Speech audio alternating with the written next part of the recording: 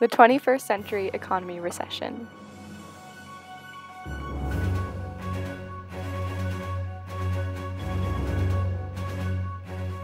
What is the financial crisis?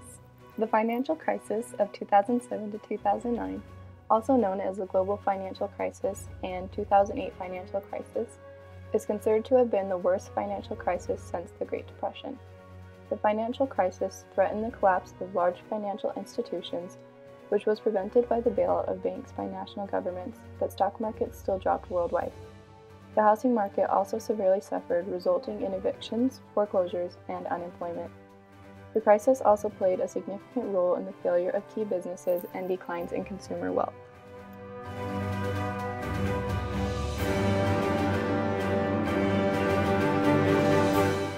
One of the causes of the crisis in 2008 was the failure or risk of failure at major financial institutions globally, starting with the rescue of investment bank Bear Stearns in March 2008 and the failure of Lehman Brothers in September 2008. Many of these institutions had invested in risky securities that lost much or all of their value when U.S. and European housing bubbles began to deflate during the 2007 to 2009 period, depending on the country. Further, many institutions had become dependent on short-term overnight funding, markets subject to disruption.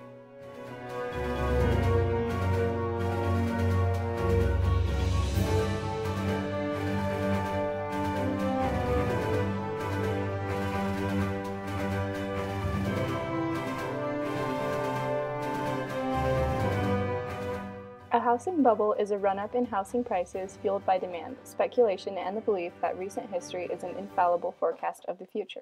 The origin of these housing bubbles involves two major factors: low interest rates following the 2000 to 2001 U.S. and European recession, and significant growth in savings available from developing nations due to ongoing trade imbalances. These factors drove a large increase in demand for high-yield investments. Large investment banks connected the housing markets to this large supply of savings via innovative new securities, fueling housing bubbles in the U.S. and Europe.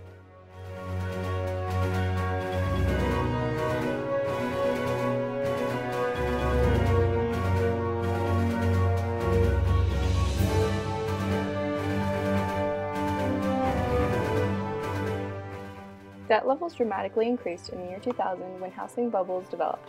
Households became dependent on being able to refinance their mortgages. Adjustable interest rate mortgages initially had lower interest rates and payments that later rose.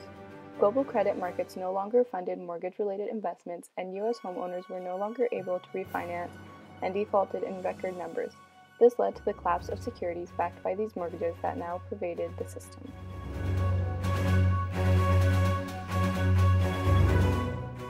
The failure rates of subprime mortgages were the first symptom of a credit boom turned to bust and of a real estate shock.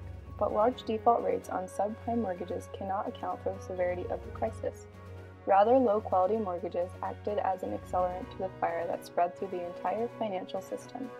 The latter had become fragile as a result of several factors that are unique to the crisis: the transfer of assets from the balance sheets of banks to the markets, the creation of complex and opaque assets, the failure of ratings agencies to properly access the risk of such assets, and the application of fair value accounting.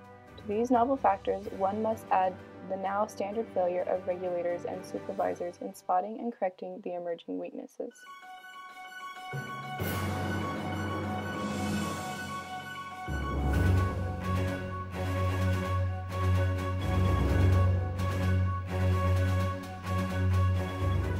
Effects of the recession on the U.S.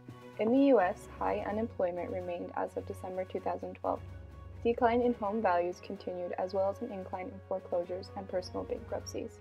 Gross domestic product began contracting in 2008 and did not return to growth until 2010.